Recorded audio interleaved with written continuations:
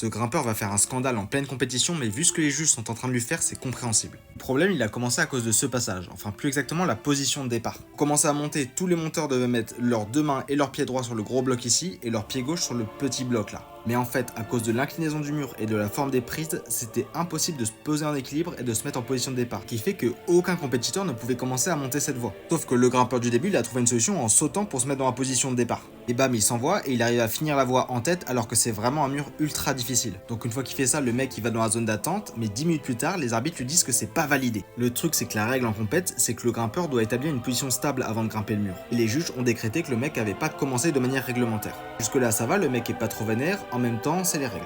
On lui autorise à refaire une tentative parce qu'il lui reste un peu de temps. Donc il recommence plus doucement, il grimpe le mur, toujours difficile mais il y arrive. Et là, une fois arrivé en haut, on peut même voir qu'il demande la confirmation au juge que c'est bien validé. Mais une fois en bas, les juges lui redisent qu'il s'est lancé trop vite au début et du coup c'est pas valide, il doit recommencer. Et c'est ça qui fait vriller. Et là il lui reste 30 secondes pour terminer le bloc et regarder ce qu'il fait.